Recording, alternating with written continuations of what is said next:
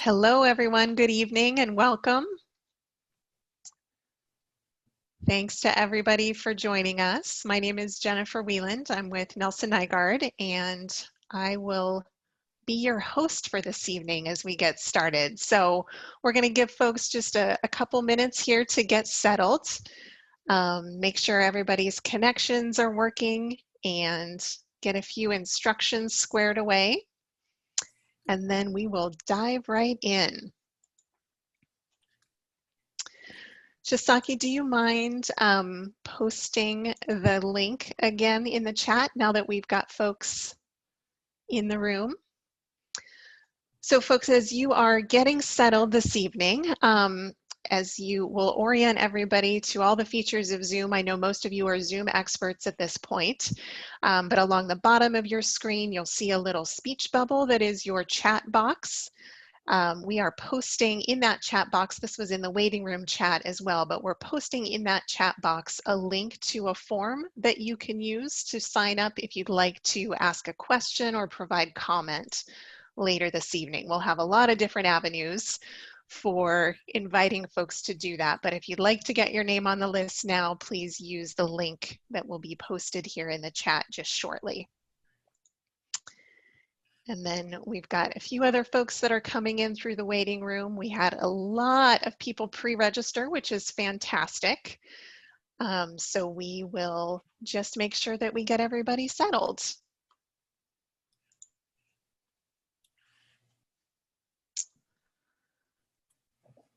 Right.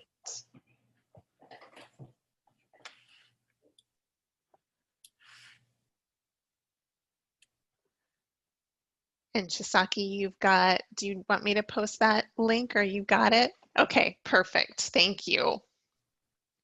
Thank you. All right. Well, I see one other person coming in from the waiting room. And then, Diane, it looks like we're at about 50 folks. So should we go ahead and get started, or how are you feeling? I'm feeling good. I think we should get started. So I would like to say welcome to everyone who is joining us today. It is a big day for the Ballard Interbay Regional Transportation System project, because not only are we meeting with you tonight to roll out some of the concepts in the report, but we have also submitted it to the Joint Transportation Committees at Washington State Legislature, as well as the District 36 legislators. So our team, Nelson Nygaard and our consultants and our staff team, have really been working tirelessly to get this report across the finish line. It's over 150 pages long, hundreds of pages of appendices. And I have to thank Nelson Nygaard in particular, because I feel like no one from that team has slept in the last 10 days because they've been working tirelessly on the report. So my kudos go to them. And I'm really looking forward to the rollout and letting you see some of the highlights of the report. The report will be linked on our website as of tomorrow. We wanted the legislature to have it before the public did, since they are the ones who requested it. I'm also very happy to say that we have Director Sam Zimbabwe with us here tonight, and he'll be saying a few words in just a few minutes. Okay. Great. Thank you, Diane. And again, welcome to all of you. I'm going to share my screen and get us started with a quick overview of what we're going to discuss tonight and a few other items. And then we'll hear from Sam and the members of our interagency team. All right, so the way that we are going to run our time together this evening, we will have about 15 minutes of welcome and introductions. We'll have the chance to learn who's joined us tonight, and after we hear from Sam, we'll hear quickly from a few of our interagency team members. We are going to focus our presentation tonight on giving a few highlights of what we've heard throughout the course of this study, but then really focusing in on some of the key findings from the report, and most importantly, the next steps. We will have about 30 minutes and probably some flexibility there for questions and answers. And so again, please do use the link that is provided in the chat window to sign up if you would like to provide comment at the end of the meeting. As we get started tonight, we do want to take a moment to do a land acknowledgement. Ballard Interbay is on the ancestral lands of the Coast Salish and their descendants. We honor their elders, past and present, and thank them for the stewardship of this land and surrounding waters. As we look to the future, we actively recognize that we live, learn, and work on Indigenous land. So with that grounding in terms of how we all can participate tonight, so we are again a large group this evening, and so folks are muted so that we are able to limit background noise. If you have questions as we move through the presentation, you can ask them in the chat box. And again, what you're seeing on the screen, and hopefully you see along the bottom of your screen, are these controls. So the chat box, to pop that up, you'll use the little speech bubble that usually pops up along the right side of your screen, but it might be floating somewhere random. So if you can't see it, just click that on and off a couple of times. We'll do our best to address quick and easy questions as we go through the presentation, and then we'll try and come back to anything else that we couldn't get to when we move into the Q&A. And of course, we'll provide a little bit more instruction as we head into the Q&A period in terms of exactly how to participate and how to raise your hand and so forth. We also do this evening have closed captioning available. And so in the list of controls along the bottom of your screen, you should see a little CC, which is the closed captioning button. If you click that button, it will pop up this menu and you'll have the option to choose Show Subtitle. Once you do that, you should be able to see the captions along the bottom of your screen, and then you can also use that same approach to turn them off as you go. If you are having any problems seeing that, please feel free to post a question in chat and we'll do our best to get you squared away.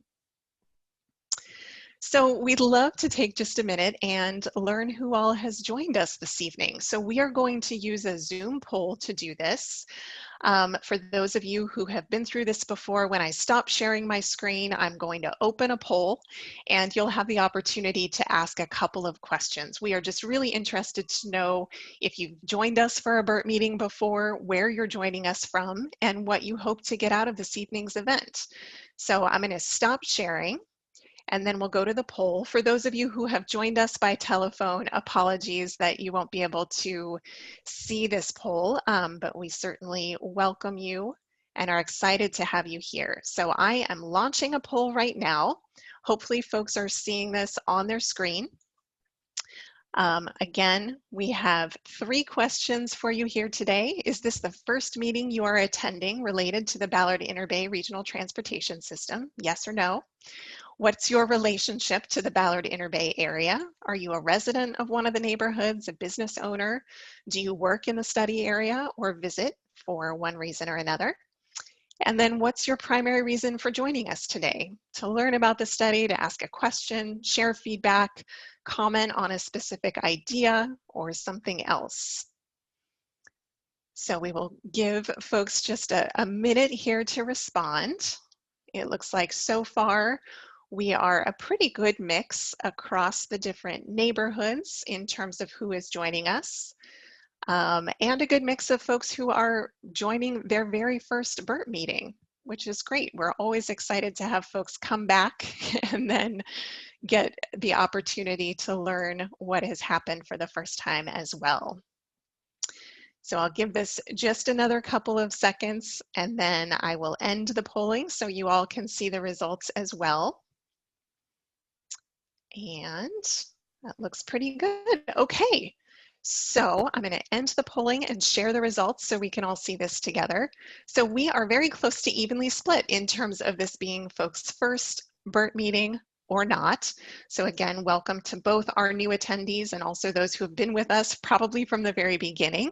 It looks like we've got a good mix of folks from both Ballard and Magnolia with a little Interbay and Queen Anne sprinkled in. So more residents tonight than business owners or employees, which we would expect. And then lots of folks have joined this evening to be able to learn a bit about the study and probably hear a bit about the key recommendations. And then also folks interested in asking questions and sharing feedback on the work to date. So that is great. We will try and make sure that everybody chimed in. Just got a question about how many folks responded. It looked like, and I before I clicked the button, I should have checked that, but it looked like we had about 43 folks of those who are on the line who had responded, and those of us who are co-hosts and staff aren't able to participate. So again, welcome to all of you. I do want to note that we are recording this meeting so that we can make it available on the project website, just as we've done for all other BERT meetings. So anybody who's not able to join us live tonight will be able to watch the recording as we move forward. So with that, again, thanks everybody for chiming in on that. I'd like to take just a second and introduce Sam Zimbabwe, who is the director of the Seattle Department of Transportation. Sam, let me turn it over to you to say a few words. Sure. Thanks, Jennifer. And I'll just say a few words and keep us moving. I just want to thank everybody for coming out and taking tuning in and taking part of your evening to join us as we roll out the final report for the Ballard Interbay Regional Transportation Study. It's been an important project for us over the course of this year. I want to acknowledge Senator Carlisle, who was instrumental in the creation of the BERT legislation, and also Councilmember Lewis has kept apprised of the project regularly, and Councilmember Strauss as well. We completed this report at the direction of the Washington State Legislature, although the context in which this all unfolded is much different than what we could have anticipated. We conducted this study quickly during a pandemic, after the unanticipated closure of the West Seattle Bridge, and I want to thank all of the staff, consultants, and partners who have been instrumental in helping this project quickly move forward. For those of you who have been following these issues related to the Magnolia Bridge, the Ballard Bridge, and related transportation improvements in the Interbay area, this may not feel like it's moving along very quickly, but the work that we've done in this study has been at a very quick pace in the context that we find ourselves right now, and I think it sets up all of the transportation system improvements that we know we'll have to make in this overall corridor and communities going forward. So I'll stop there. I really just want to thank everybody who's worked on this project, acknowledging that we have a lot of infrastructure needs, both in these communities as well as all over the city, a bridge maintenance backlog, safety challenges, multimodal transportation challenges that we face, and it's through good work like this study that helps integrate all of those needs that we have and brings them all together. So I'll stop there, turn it back, I guess, to Jennifer to let our partners say some words too before we get into the meat of the study. Great. Thank you so much, Sam, and thanks for joining us tonight. I do want to acknowledge a couple other folks before I have Diane remind us about the purpose of this legislation, and then we'll introduce our interagency team members. So also from the SDOT project team, in addition to Diane Wyatter, who you met at the very beginning, who is our project manager, we have Chisaki Maraki, who is our deputy project manager, and Andres Arjona, who has been key project staff throughout. We also have Jonathan Lewis from SDOT joining us this evening. From the consultant team, we are a team from Nelson Nygaard with partners at Fair & Peers, Concord Engineering, and Community Attributes. And in addition to myself, Jennifer Whelan from Nelson Nygaard, we have Tom Brennan, who has been the project manager for the consultant team, and Jerry Stroop, who has been the deputy project manager for the consultant team. And then we're also joined by Tanya Shah, who is supporting the closed captioning this evening, along with our staff. So thanks to all of you for making time to join this evening, and you'll hear from a lot of these folks as we go. So I am going to share my screen again for just a minute, and Diane, I'll have you remind us all about the legislation and then introduce our interagency team members, and then we'll go one by one to our agency partners for a couple of minutes. Great, thanks Jennifer, and thanks so much Sam for being with us tonight. So the BERT report closely follows the Washington State legislation scope of work for this project. And so it was really a year ago that that the legislature wrote a budget proviso for the city to develop a plan and report to improve mobility for people in freight in the Ballard Interbay area. They said it must be developed with our interagency partners, and you will be hearing from them in just a minute. They said we must examine the replacement of the Ballard and Magnolia bridges. You'll be seeing the timeline on which we have created the possibility for that. And also how to maintain the current and future capacities of the bridges. So while this body of work was handed to us by the legislature, this is also a body of work that will ultimately benefit the Seattle Department of Transportation and all of the community members and people who move through this system, because we have been able to analyze a great deal of transportation forecasting and data and growth data to come up with a report for the legislators that both fits their scope of work and also fits the needs of our community. Next.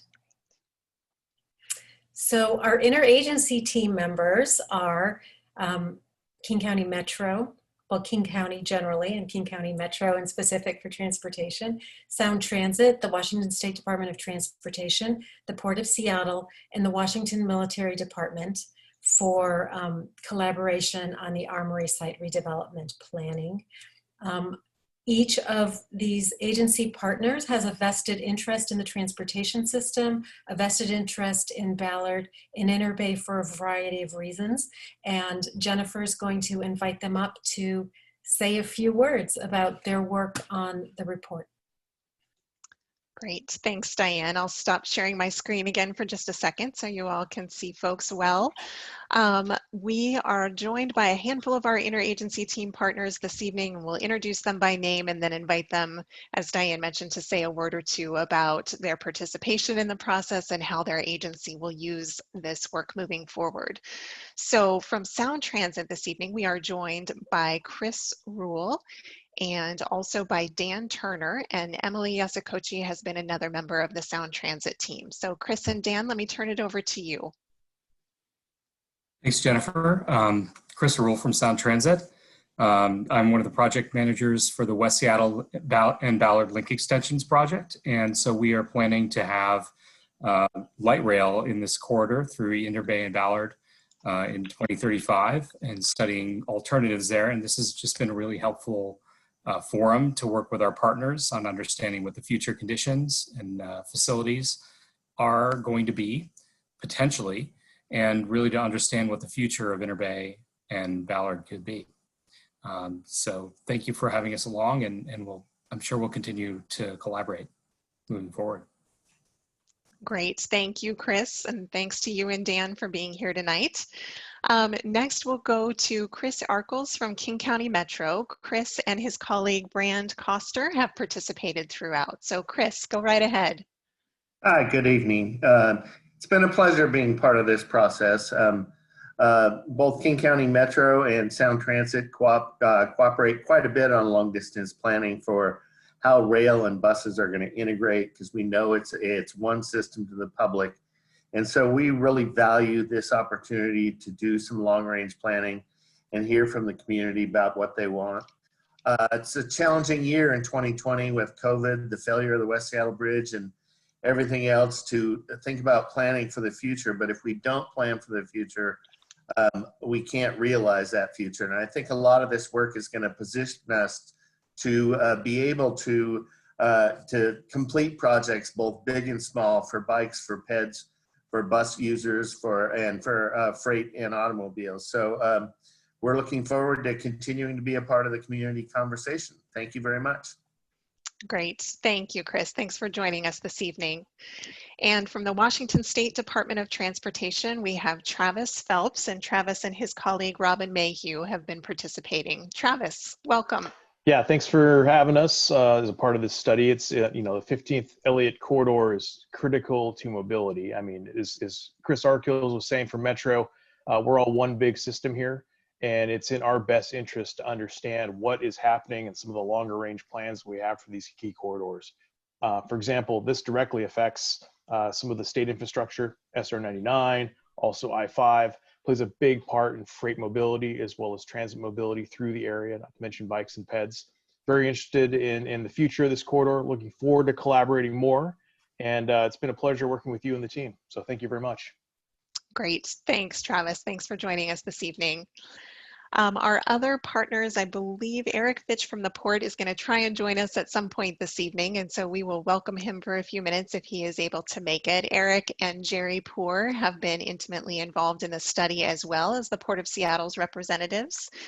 Also, as Diane mentioned, the Washington State Freight Mobility Strategic Investment Board has been represented by Brian Ziegler, and the Washington State Military has been represented by Frank Gibson, and they weren't able to join us this evening, but certainly send their regards. I would also like to acknowledge that we have staff from Councilmember Lewis's office here tonight, so welcome. And with that, I think we are through all of our welcoming and introductory remarks. So I'm going to pull the presentation back up again, and we'll go back to Diane to just reorient us to the goals of the BERT study before we move into some of our findings. So Diane, go right ahead. Thank you. So all of our interagency partners helped us to develop the project goals. So these goals are, of course, consistent with the legislation. They're consistent with SDOT and City of Seattle values and goals as well. And Senator Carlisle likes to say that the Ballard Interbay area is a transportation ecosystem.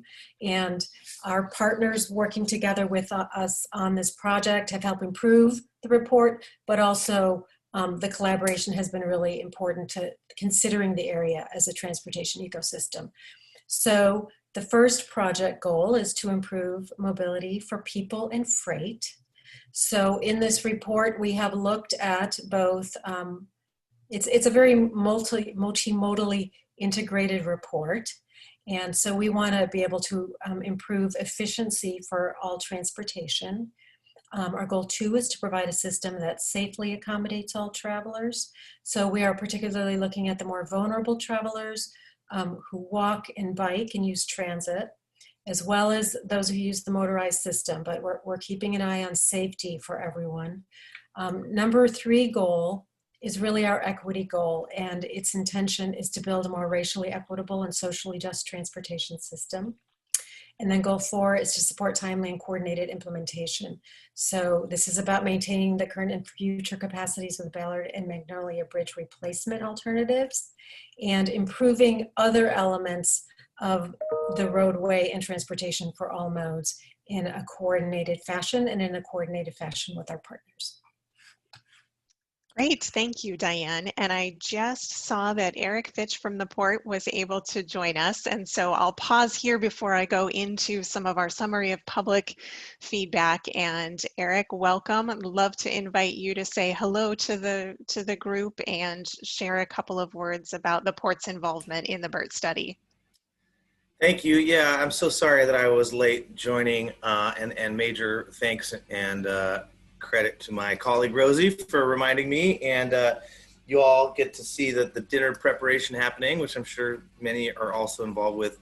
But I'm glad to be able to speak here for a second, because I do want to say a major thank you to Diane at the city and the whole City of Seattle and SDOT team who was involved here, along with the consultant team for their very thorough work. Jerry Poor, my colleague, I don't think was able to join today. I think I'm here in her stead, really, and she's the one at the Port who has the institutional knowledge about the freight transportation network in the city and the importance of maintaining freight mobility even as the city grows, and maintaining the transportation system that serves our industrial facilities that really built the city up in the early days. So that was our perspective going into the study. We even worked with Representative Tarleton when she got the study funded in the state legislature to ensure that the language directing the city and others would account for the multimodal nature of the transportation system and the importance of freight being able to coexist with passenger vehicles.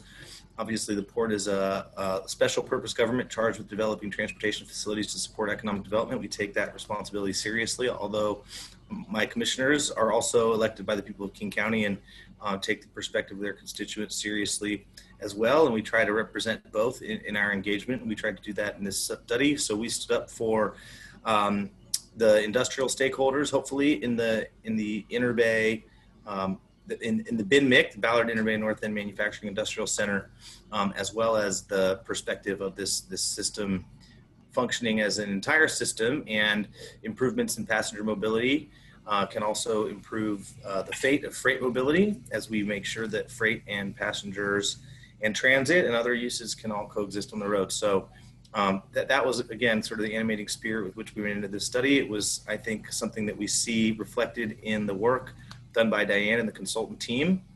We submitted thoughts on the study, and I think many, if not all, are reflected in the final product. And so we look forward to continuing the conversation about improvements that need to be made to this area as the city continues to grow, as we go down into the legislature and they're in receipt of the study. So that is my brief comment. Thank you for pausing and letting me do that. Sorry again for being late. And I'll look forward to listening to the rest of the presentation. Great. Eric, thank you so much for being here tonight. And I mean, I think the question on everyone's minds must be, what's for dinner? It's a sort of a bolognese sauce. It's a true quarantine, because I froze this bolognese sauce 4 months ago, and now I'm sort of resurrecting it from the back of the freezer as we go back into phase 2 of the quarantine. So it's good to have something to look forward to. Well, very nice. Enjoy, and thank you again for interrupting dinner prep to join us. I'll stick on the phone. It's good to have something to do while I cook. Great. Well, thanks. All right. Well, as we move on this evening, I do just want to remind everybody that if you'd like to sign up to provide comment later, Jerry has just posted the link in the chat box. And so that is www.tinyurl.com/Ballard Interbay. And that will take you to a quick and simple form to fill out. I do note a question related to how capacity is measured for people and freight. And we're going to hold on to that question for just a minute. And then as Tom gets into the findings from the study, he should be able to address that when we talk a little bit about the scenarios and when we talk about some of the key improvement opportunities. So we'll come back to that one here in just a minute. So just to sort of reorient ourselves around all of the feedback that we've received over the course of this study, we did want to just take a second and acknowledge the fact that engagement for this study has been a little bit different than a typical SDOT project for several different reasons. One of those is that this is a technical study, and the legislation was pretty directive about who SDOT needed to work with in terms of the interagency team and some other key partners and stakeholders. And so the format of engagement has certainly been a lot more virtual than any of us would have anticipated as we started off with our initial public meetings in both Ballard and Magnolia. I think we all thought, wow, we've been interrupted by snow. That's probably the most extreme interruption to our engagement that will happen over the course of the study. And clearly we were wrong. And so we've had to shift things to a lot of different formats, and really appreciate everybody's flexibility in that. But Diane and the project team have briefed the Seattle advisory boards and the Planning Commission, our elected officials, certainly a handful of different advocacy groups at many points in the project, including the community councils, Ballard Fremont Neighborhood Greenways, and the North Seattle Industrial Association. And then we've heard from many of you through comments at interagency team meetings, through our public meetings, and through our various online engagement opportunities as we've gone. I think one of the things that the team wishes we could have done a little bit more is have some more direct engagement with employees of some of the businesses in the Ballard Interbay area. It was an opportunity to really engage with a pretty diverse group of stakeholders when we think about some of the folks who work in, especially the industrial and maritime sector in Ballard Interbay. And some of that engagement was just a bit challenged because of COVID, but did hear from a number of folks over the course of the study. So that's just a quick snapshot of who we have talked to at a variety of different points. And the report gives a summary of engagement really throughout, tying the feedback that we've heard from all of you and from other key stakeholders into the report's findings. I did want to take just a second and talk through a few of the common themes that we have heard when it comes to our stakeholders over the course of the project. And we've posed these as questions and tried to identify some of the ways that we've addressed the questions that we heard over the course of the study. And so I'll just hit on a few of these now. One of the recurring themes and consistent questions we've heard is why the study isn't recommending a preferred alternative for replacing either the Ballard or the Magnolia Bridge. And specifically, because of a history of study, why not for the Magnolia Bridge? And part of the reason for that is that it isn't exactly what the BERT study was intended to do. What the BERT report does is instead advance our understanding of the two most promising alternatives for each bridge, while also trying to advance the ways that we think about the trade-offs between them. And part of that is captured in the social and economic impacts analysis, which you'll hear a little bit more about as we move through this presentation this evening. Most importantly, what the BERT study does is identify projects to keep people and goods moving, and those projects are applicable regardless of the final bridge alternative that is selected in most every case. We have in the final report specifically noted the Magnolia community's preference for an in-kind bridge replacement. We really wanted to ensure that previous work and community feedback was captured in the report itself and reflected as we talk about our next steps as well. Another thing that we heard a lot from folks was the question around what can the BERT study do to really kickstart funding and bridge replacement. And in developing the final report, we focused in very carefully on next steps for bridge replacement and the need for funding partnerships.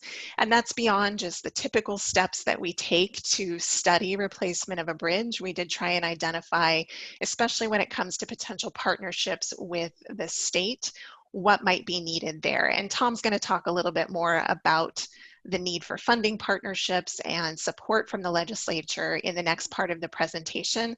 But one thing that we wanted to be really clear about in the report is that SDOT and the City of Seattle can't fund these projects alone, and we really do need state, potentially federal resources and legislative support to advance them. From some of our modal advocates, we've heard comments and questions around bike infrastructure specifically and how we've prioritized the needs of freight. And the BERT report does include key improvements by mode and by corridor, most of which complement either bridge alternative or could be advanced separately. And so we've also tried to identify ways that some of those projects could be packaged differently so that they could move forward. Specifically, the corridor management strategies are really important for our core freight routes, and our scenarios also account for potential growth in the study area to help us understand what will be needed to maintain freight mobility no matter what the future looks like, so really under a variety of circumstances. And then a final theme, although there have certainly been many more comments that we've used throughout this study and in shaping the final report, has been around questions of how we're addressing the climate crisis through the key improvements that are identified in the BERT study. And as a multimodal study, BERT does have a significant focus on active transportation and transit improvements, including access to transit. You heard just a few minutes ago from our partners at Sound Transit and King County Metro, and we know that in particular, Sound Transit's West Seattle and Ballard Link extensions and the 3 stations in the study area are going to have some of the biggest impact on reducing single occupancy vehicle trips and reducing carbon emissions. And so the BERT report really does focus in on making those connections to high capacity transit. Really being thoughtful about how freight can move smoothly in the corridor also supports our climate goals. And then, as Diane mentioned when talking through our goals, the plan's key investments really reflect SDOT's and the city's priorities of safety, equity, mobility, climate, and implementation, ensuring that the projects that we're advancing address racial, social, and environmental disparities. So again, those are certainly not all of the comments we heard by any stretch of the imagination, but hopefully as you have a chance to review the report over the coming days, you'll see your feedback and comments reflected throughout and in the way that we have framed the findings and next steps for the report. So with that, I am going to bring Tom Brennan back to talk us through some of the key findings from the final report. So Tom, can I turn it over to you? Yes, please do. Can you hear me? Yes. Great. Good evening, everyone. Good to see many of you again. I'm going to do my best to talk through a pretty extensive amount of work in a fairly short amount of time. Some of you have participated in previous meetings, so may have heard about some of these topics in greater detail, but the goal is to kind of provide the breadth and really key findings from the BERT report. So let's jump in. I think first and foremost, it's important to recognize that the underpinning of this effort is pretty extensive analysis of the transportation systems in the Ballard Interbay study area. The report looks out to 2042, and as we do this type of transportation analysis, it's important for us to think about not only the land uses that are in place today, but those that may come or develop in the future years. So we conducted a number of scenario analyses that took into account various land use growth projections, took into account both of the bridge alternatives that Jennifer spoke to for the Ballard and Magnolia bridges, and then also accounted for some of the major transportation projects that we know are coming to the district. Probably the most impactful or beneficial, I should say, of those being the West Seattle and Ballard link extensions project that Chris spoke about, which will bring 3 light rail stations with connections to uptown and downtown Seattle and the entire Sound Transit link light rail system to the study area. A little bit about land use, because there are some really important interactions between this study and other efforts underway. So our analysis looked at a couple scenarios that were largely based on what the Seattle Comprehensive Plan projects for land use growth in the Ballard Interbay area, which was essentially to say something similar to what the zoned land use is, or what's allowable by zoning today. There have been and are some planning efforts in the study area, including some study of redevelopment of the Armory site. And a study underway sponsored by the mayor's office to look at some potential changes to uses in maritime and industrial lands.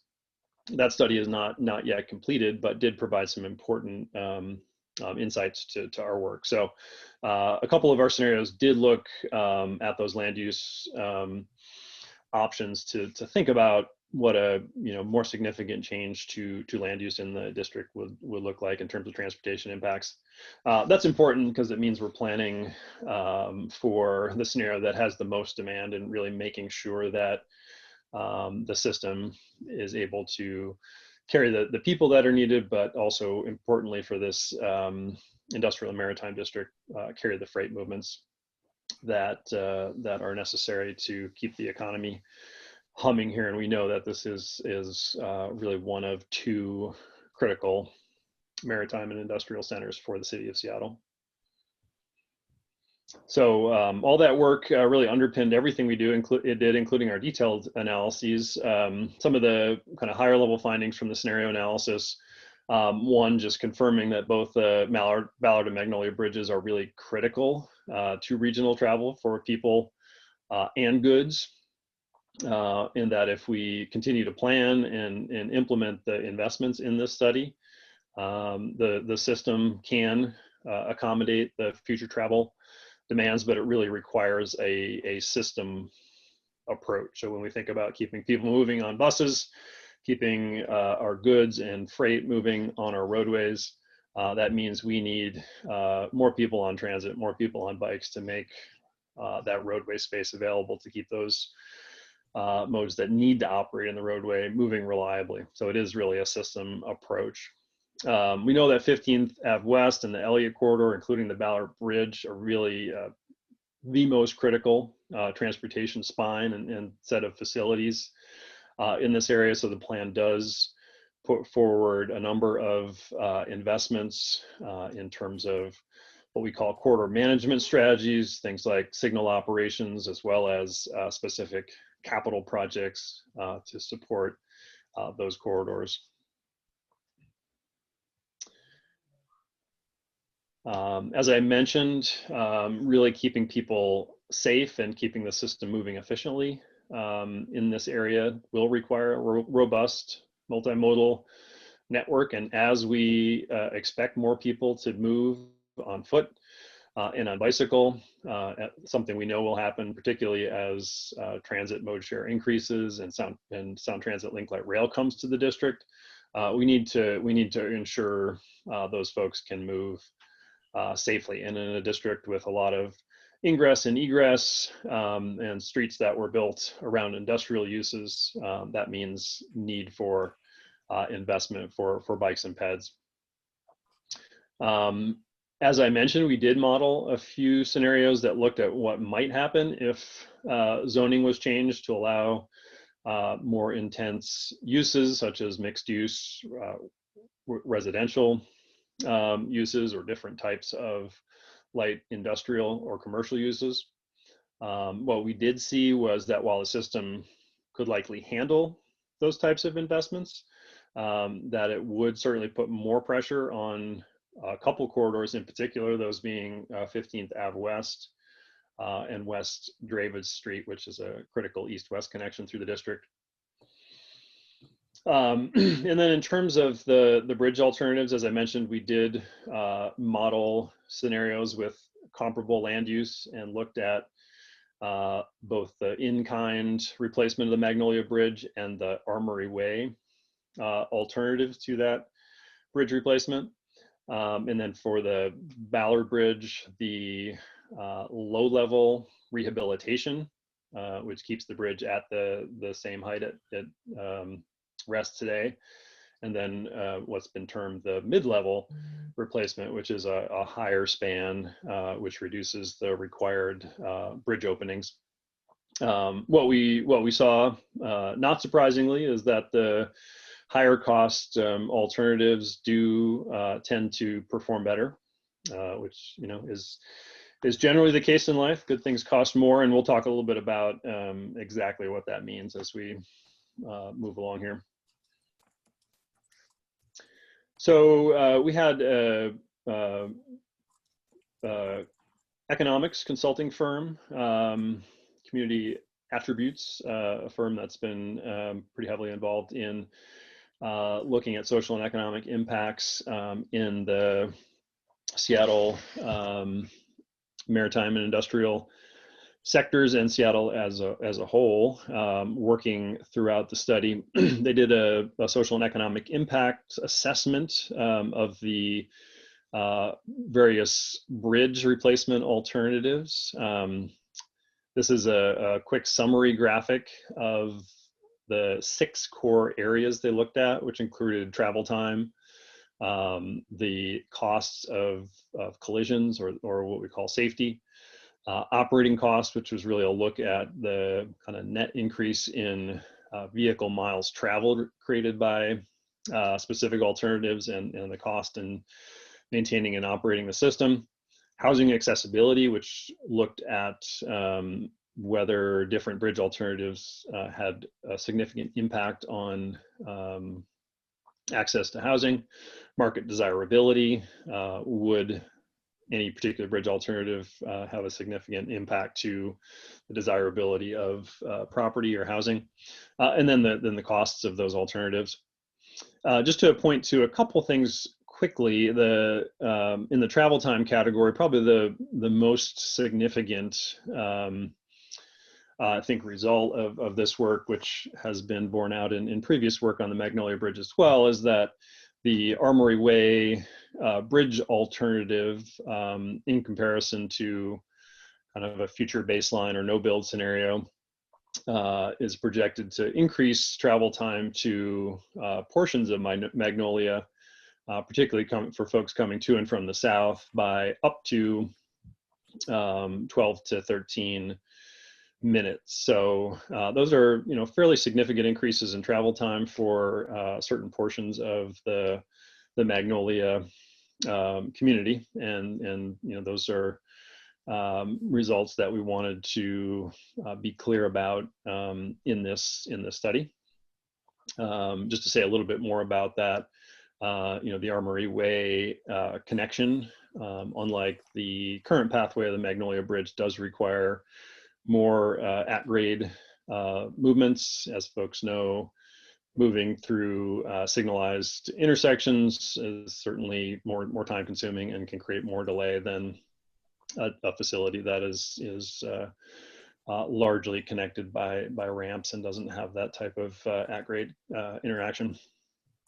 I think the other thing I'd point to here is that under the safety category, which is very critical, part of the work of the economics team was to look at the collision history. And we really found that the Magnolia connection, there's a fairly low rate of collisions. So the team didn't find a lot of safety benefit, although that's not to say that those facilities wouldn't be designed to improve bike and pedestrian safety. There were more collisions in and around the Ballard Bridge, including for pedestrians and cyclists. So we saw a higher potential benefit with the implementation of both of those. But those facilities are relatively similar, so no differentiation between the two bridge alternatives.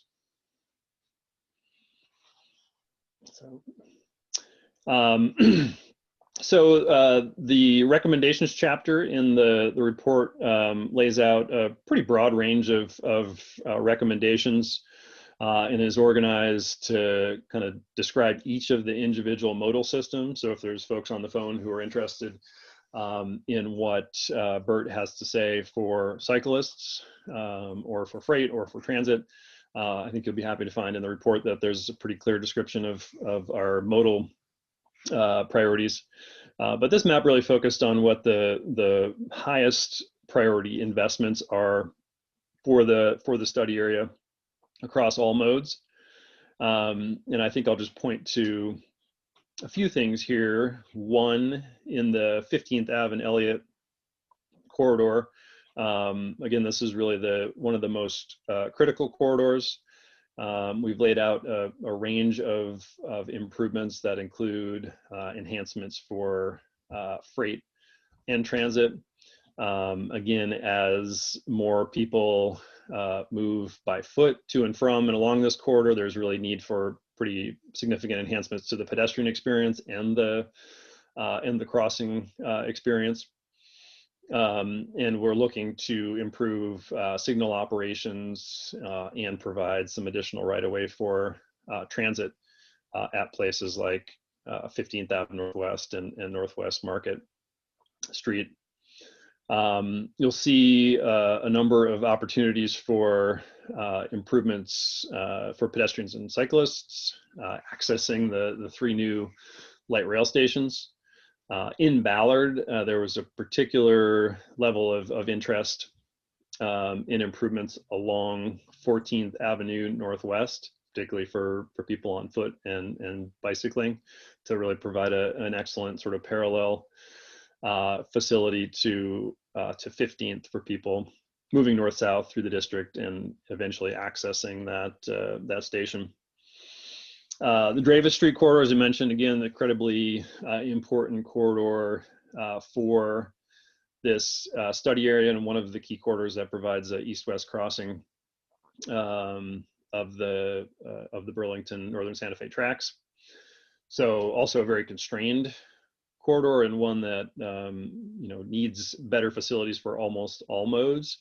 So the report provides a couple potentially incremental options for improvements, the most significant of which would eventually lead to the replacement of the 2 bridge decks to provide sufficient bike, pedestrian, and transit facilities along that corridor. And then I think also important, one of the really critical things that we heard from the community is the need for all ages and abilities cycling facilities east of the tracks.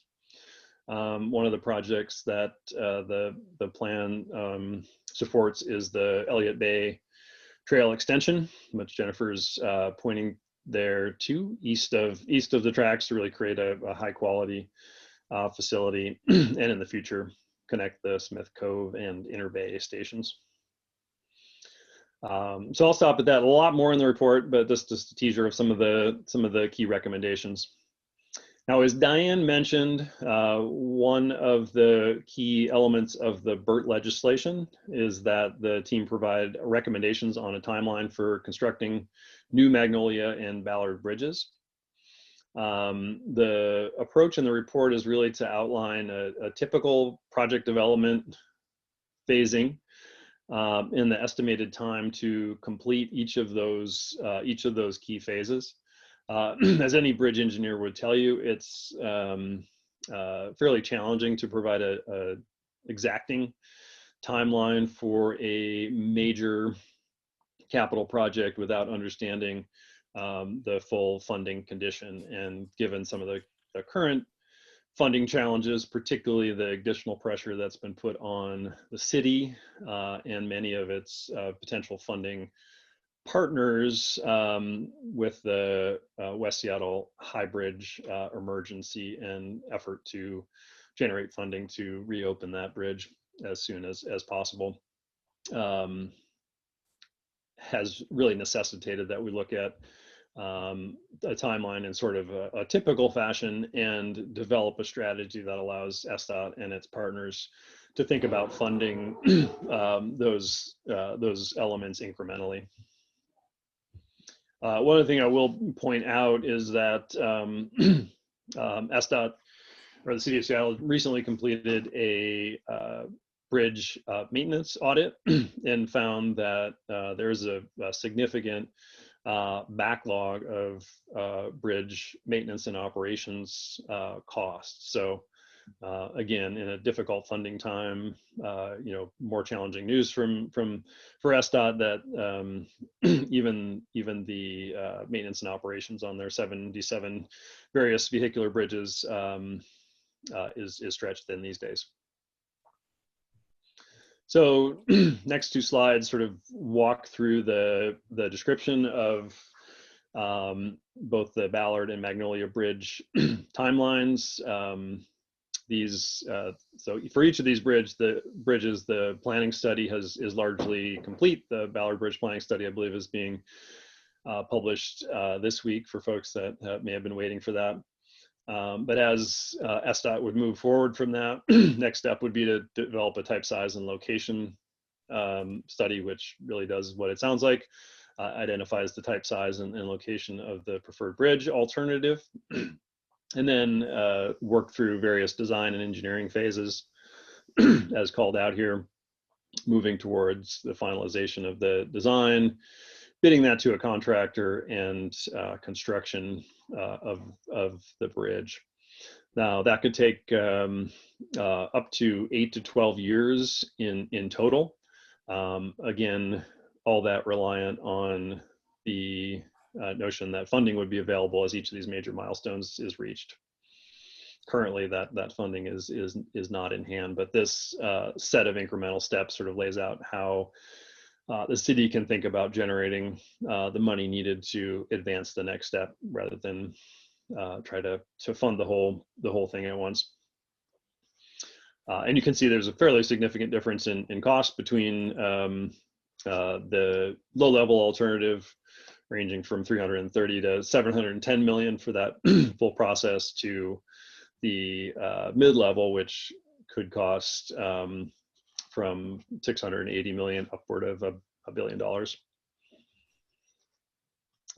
Next slide is similar timeline for the Magnolia Bridge. I know we've had some questions in the past about, haven't we already done a type size and location study and environmental review on Magnolia Bridge alternatives? The answer to that is yes. Those are quite dated at this point, and generally dated enough that the city would have to repeat those activities, but may be able to generate some benefit from having done those. So again, we'll see here that the in-kind replacement alternative ranges in cost from 340 to about 420 million, and the Armory Way alternative about 200 to 350 million in estimated cost.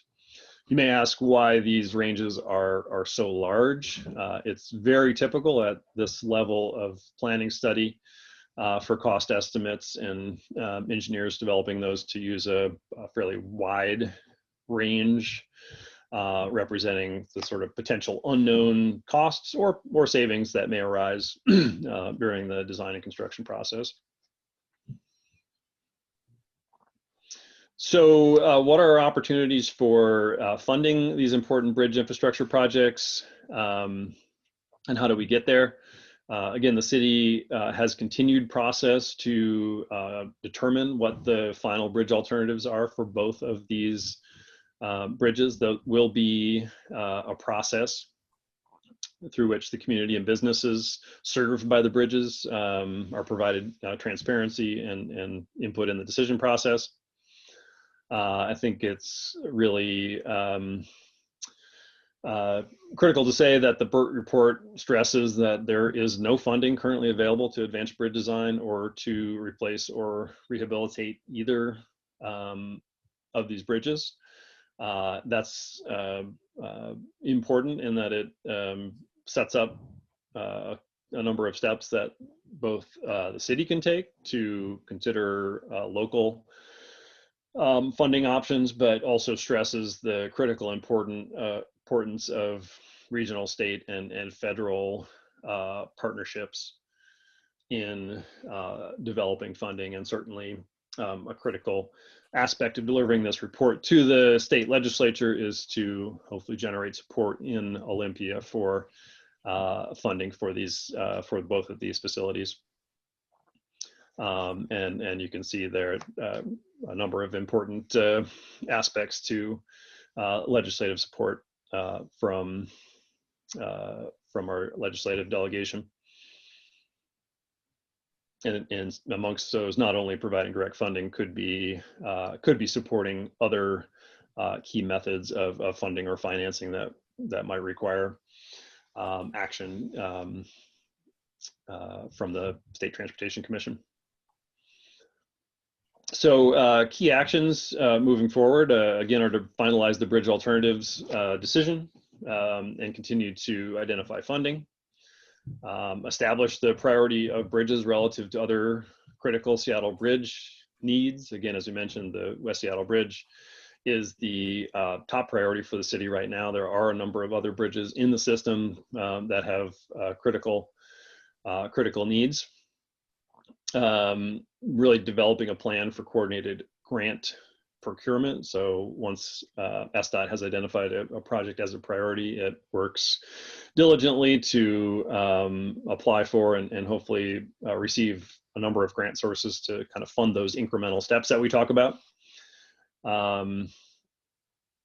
Really look to include those initial project development phases in future transportation funding measures, which could be both local as well as at the state level, and really continue to evaluate all possible local revenue streams, which could include things like facility tolling and a broad range of other options that are laid out in the report.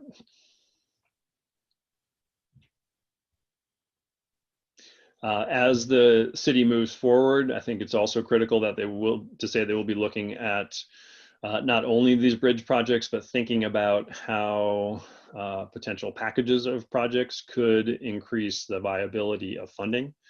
So a number of the key federal grant sources that are called out in this report, many of which are highly competitive, do have a number of specific criteria and may compete better as a package of projects that delivers on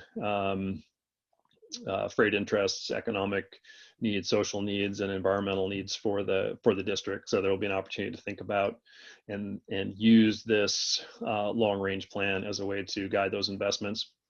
The city continues to explore innovative funding and delivery methods, and certainly learning a lot from the West Seattle Bridge process. There will be continued coordination with the mayor's maritime and industrial strategy, as we talked about earlier. Agency partners are certainly a core part of the funding plan, and SDOT will continue to work with them. And we'll continue to further research and explore ways that redevelopment could fund direct public benefit. Great. Thank you for that, Tom. That was a lot very quickly. Thanks for moving through it so fast. So Diane, let's go right to you and have you talk through the next steps, and then we'll give folks instructions for how to provide comment here in just a second. Great. Thanks, Tom. The next steps, well, really, Tom kind of laid these out for you all, but the first next step is to follow up with the Washington State Legislature. They have just received the report this evening, and particularly to follow up with the Washington State Legislature as they develop new transportation funding packages in the future, and to figure out how we can include some of the Ballard Interbay projects in that funding. Advancing area transportation improvements within the SDOT program structure. So we do have modal plans. We have plenty of transportation improvements and enhancements that happen every year. And so now a lot of these investments are in the BERT report. And so they can get elevated within SDOT's financial and program structure. As Tom spoke to the Bridge Asset Strategy Management Study, that will be happening soon, and that will really provide us the ability to evaluate and prioritize the 77 bridges that it will be studying it.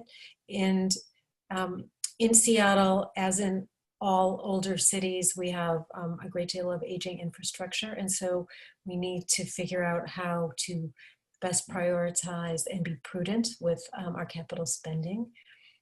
After that, we'll be able to advance bridge planning and alternative decisions for the Ballard and Mag bridges and develop the type, size, and location studies. And then once that's been completed, we would be able to explore a variety of funding opportunities. And in the BERT report, there are many pages of funding opportunities. This whole presentation has been very high level. And if you dig into the report, you will see that there are many, many details. And so if you are a transportation nerd of some sort, you will really enjoy this study. And we will get to your questions. So these were just some ideas for questions to consider. We imagine that you have already come up with many of your own, but do you have questions or comments about the final report? Do the priorities and key investments reflect what you've shared through this process? And are the next steps clear? So with that, I'll turn it over to Jennifer, and I'll turn it over to a conversation with the community and our stakeholders. Great, thank you, Diane. So just a quick reminder for folks in terms of how to participate. If you've got comments that you'd like to share, if you have a question that you want to ask, for those of you who have been filling out the comment form, we are tracking and we'll call on you here in just a second. For others of you, if you would like to ask a question or make a comment, please raise your hand in the Zoom app, and the way that you do that is you click on the participants tab, so that's the little people tab, and then at the bottom you will see the opportunity to raise your hand.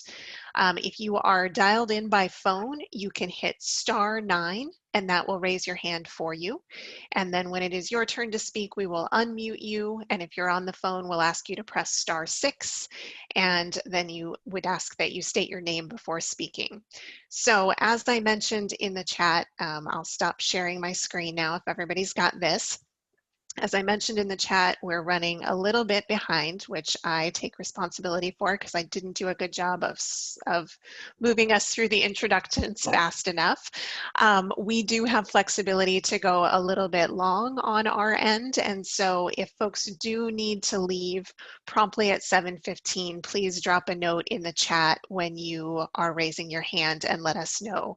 You can also indicate in the chat box that you would like to speak. So I've got a few folks who have signed up, and I see a couple of hands going up, and so we'll just do a little bit of back and forth and move through some of the conversations here. So the first person on my list is Daniel Hepner. Daniel, it looks like you also have your hand up, and so I'm going to unmute you.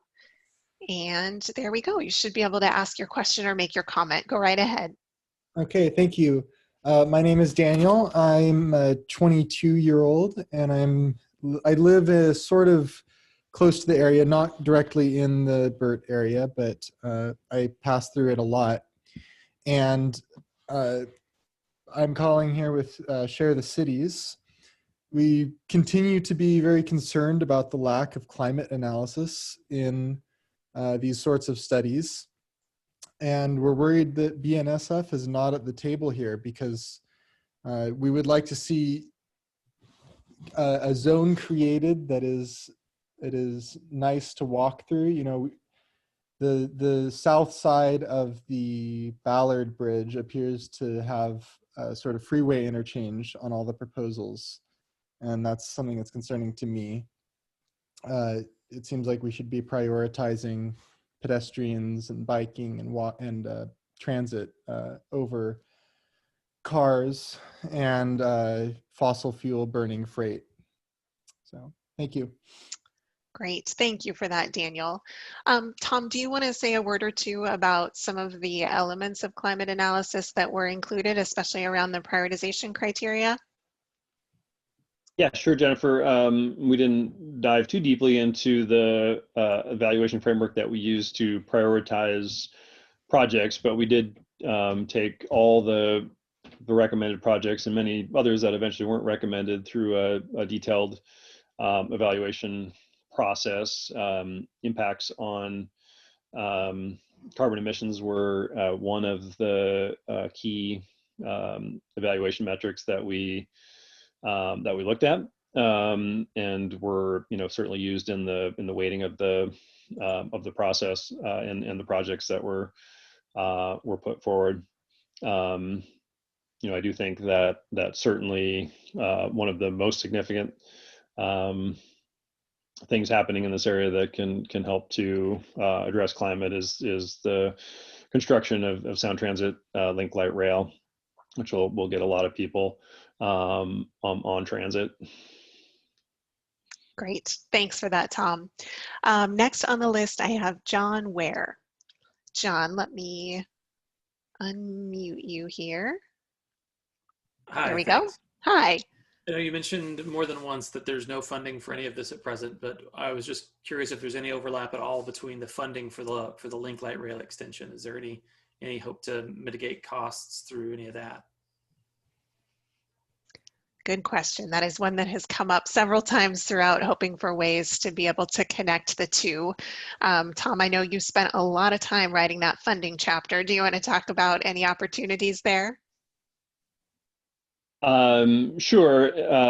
The short answer is there's not really much opportunity there. I think the Sound Transit project will obviously help to fund some other critical transportation elements, in particular some of the access improvements in the immediate vicinity of the stations. If you're referring to ideas around shared major infrastructure like a shared bridge, that's not part of the plan, and really not an opportunity or likely a cost savings given the complexity of trying to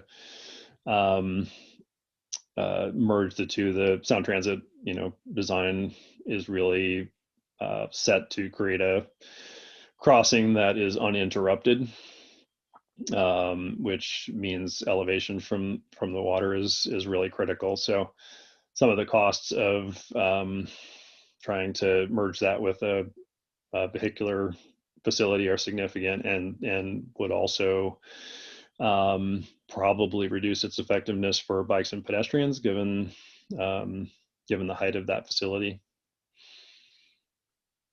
Great, thanks for that. Next person on the list is David Mooring. David, I am looking for you so I can unmute you. Here we go. Great, thank you so much. And I guess my big question is, I know you mentioned earlier that there's a lot of public comments that were received. How many of the public comments, in a general speaking, helped to inform the current plan? Are there specific comments that steered the multimodal transit in a certain direction? Well, let's see. I'll start on that, and then Diane and Tom, you can chime in as well.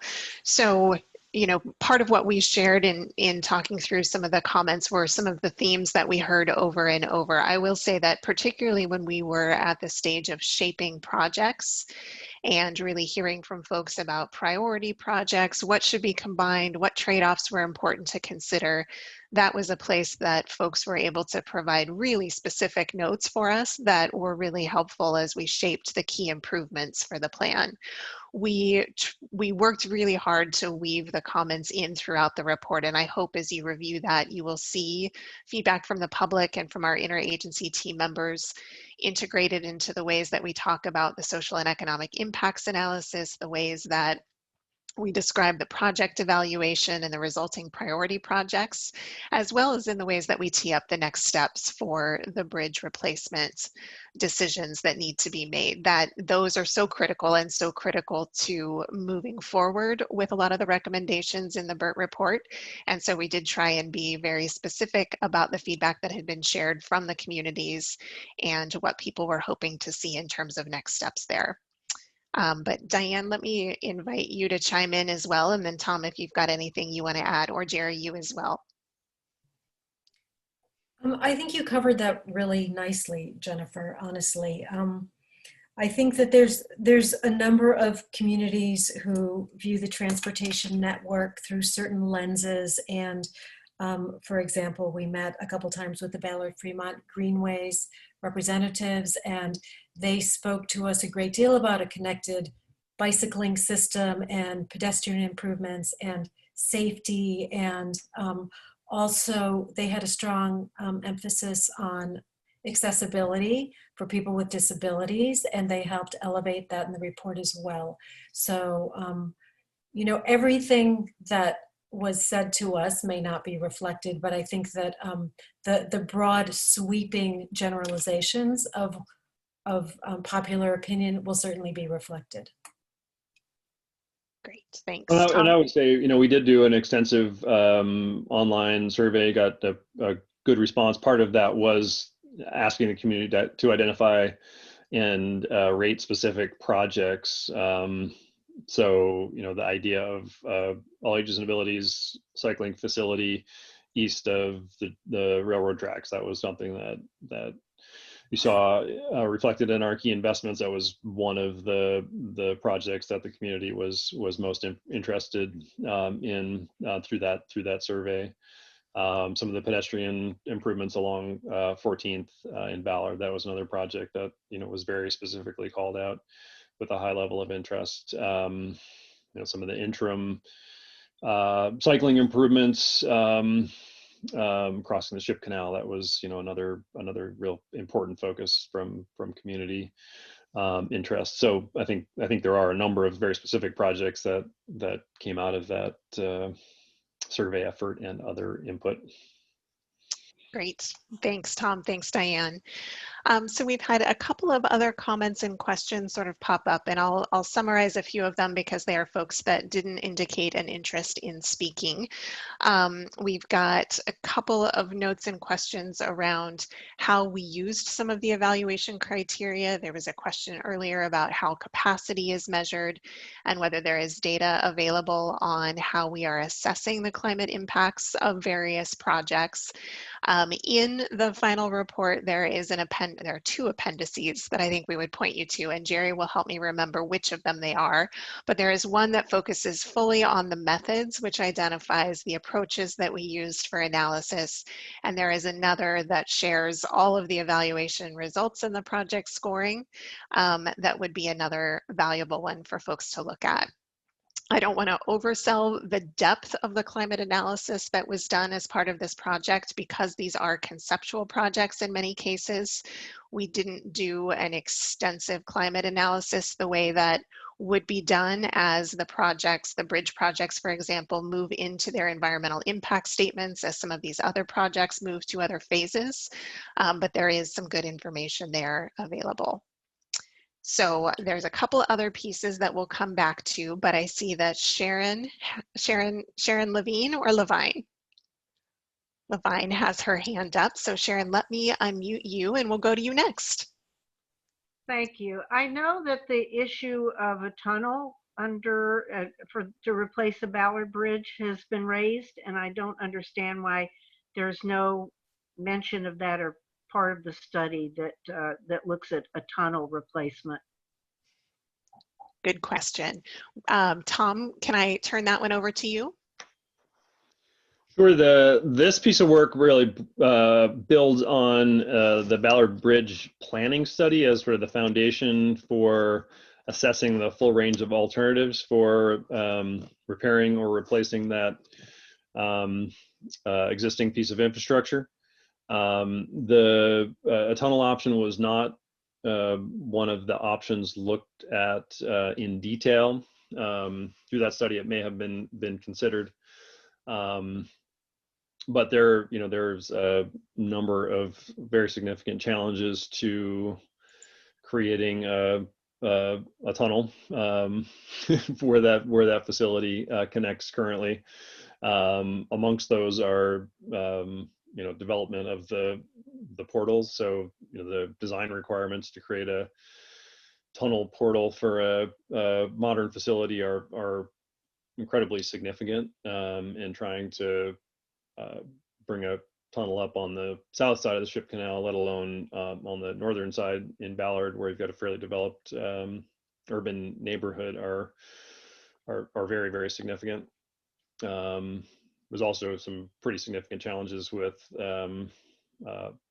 providing pedestrian cycling infrastructure in a tunnel. It's quite likely if you built a vehicular tunnel that you'd also have to build a above grade crossing for bikes and pedestrians, which is, in and of itself a significant cost. Thank you for that, Tom. So I've got a question that came in online that I'm going to turn to Diane, and then I see another question in the chat around the Magnolia Trail project, so we'll get to that next. So Diane, there is a question for someone who had to leave, but I'd love to have it on the record.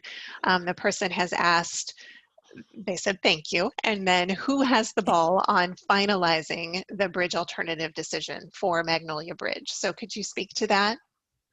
Who has the ball? Who's on Who has first? the ball? Okay. That will be up to the city council and the mayor at some point after we get through the city's bridge audit analysis. But yes, that will be up to the city, because those are infrastructures that are owned by the city of Seattle and not washed up. I mean, not the state. Great, thank you, Diane. Tom, can I put this question about, so there was a note from Leslie Helm, there's mention of the Magnolia Trail project in the plan. Will that project be included in the BERT recommendations? Yeah, that project is in the plan. Great, thank you. I was hoping that was an easy one. Pat Kaufman, I see your hand up. So let's go to you next. I will ask you to unmute yourself. And then Sharon, we can come back to you again in just a minute. Go All right, ahead, yeah. Pat. Thanks. Yeah. So I'm wondering about the decision on the different options as far as like a walk score or how the grade elevation changes are proposed. Has there been consideration to, the attractiveness of a walking path to the public? When COVID first hit, I tried to walk to work a couple times downtown from Ballard, and it's not a pleasant walk. The grade is great, from Ballard. The bridge was fine, but it was just so intense. So I was just wondering if there was a thought to give into that as far as the pleasantness of a walk. And is your question related directly to the bridge alternatives or just the transportation system? Was it considered, I guess? I'm Yeah. just curious. I've not been engaged in the process very much, so I'm just wondering, does the pleasantness of the walk feed into this at all? Yeah, I would say, absolutely. And we typically look at that more in terms of the, a level of, safe sidewalk infrastructure, protection from traffic. Street lighting obviously is really critical to people's experience and safety when walking. So part of what this study has done, and certainly the sound transit work happening in parallel to this is spending a lot of time on, is thinking about where do people walk today, and then where do we expect more people to walk in the future. And certainly a number of the key pedestrian recommendations are to look at kind of holistic corridor improvements that would do things like improve sidewalk widths, make sure there's safe barriers from traffic movement on those corridors, improve crossing facilities in some of those key corridors. So yeah, Pat, that's a great question, and definitely something we look at. Great. Thank you for that, Tom, and thanks for the question, Pat. Sharon, I see your hand up again. Let's go back to you. You should be able to unmute yourself. There you go. So I'm back to the tunnel alternative, and I wonder if there were any discussion at all of retaining the Ballard Bridge as a pedestrian bike means of travel and building the tunnel. The tunnel seems to make the most sense with the expected population growth of the corridor. It's the worst thing to have to sit with the backup when the bridge goes up, and I do it almost every day, and I just can't see it in the future.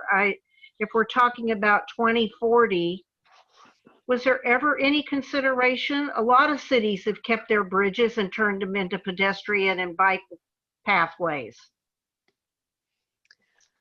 Diane, go ahead. Yeah, no, I believe that was an idea that some folks had for sure. I just wanted to say another challenge with the tunnel is that 15th Avenue in Ballard right now is a freight route. And if there were a tunnel, then trucks carrying certain kinds of materials that are considered hazardous or dangerous would not be allowed in that tunnel.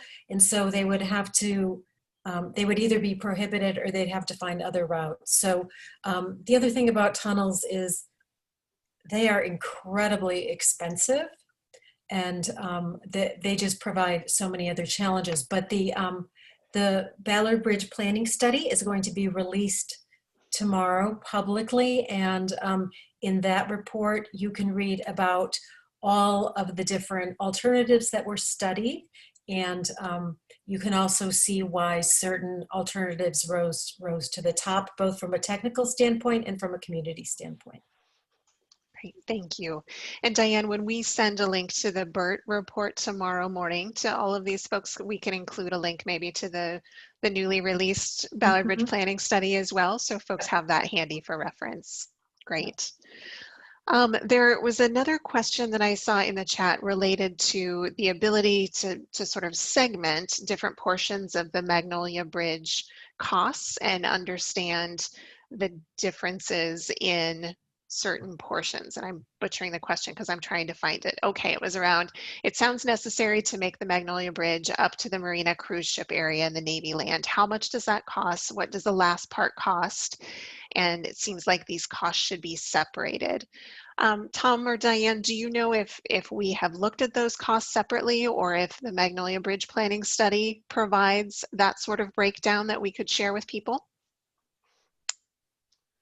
If I understand the question correctly, the Armory Way alternative is really sort of a multiple part investment. So, you know, part of that would be a new bridge over the BNSF tracks via Armory Way, connecting up to Thorndike. But other elements of that, the scenario do include a connection to the area that you're talking about, as well as a new roadway kind of along the lowland side of the Magnolia Ridge. So I think you can find some of that information in the Magnolia Bridge study. Great, thanks for that, Tom. Okay, we are coming close to 7:30, and so just want to take a quick look through other comments that we've received. There are a few notes that have come in online around opportunities to engage with people more broadly and really ensure that we are reaching a broad representation of people and a broad representation of perspectives, including folks who don't typically participate in planning processes. And that has definitely been a challenge through the course of this study. We talked a little bit about trying to reach some of the workers in the project area who represent slightly different demographics, and then also ensure that we're hearing from the really diverse communities that make up Ballard Interbay. And so we feel like we can continue to do better on that front, and we'll continue to reach out to folks as these projects move into their next phases. Definitely a handful of comments and questions related to, continuing to really focus on how we advance the city's climate goals and get really clear about moving folks to transit, opportunities to increase transit ridership. Certainly Seattle is one of the nation's leaders in terms of transit ridership to jobs downtown, or was pre-COVID. And there is an opportunity, I would agree, to continue that focus as we move forward. And certainly many of the projects that are included in the BERT study should advance those goals. I think that we've at least touched on, maybe only at a very high level, a lot of the comments and questions that have come through our various media this evening. Jerry, is there anything as you are looking through all of this with me that you feel like we've really missed? Jennifer, and I'm just doing a final scan as well. I don't think so. I think that we have covered most of the direct questions. So certainly we're capturing all of the comments that are also just being included in the chat. So thank you for submitting those, and we'll have those on record. Great, thanks, Jerry. So Diane, can I turn it over to you to say a word about sending out the report, how folks can review that, and what happens next? Absolutely. So we will tomorrow, we have a listserv, and now we have your email addresses, so you are part of it. And we'll send a link to the report where you can read through it.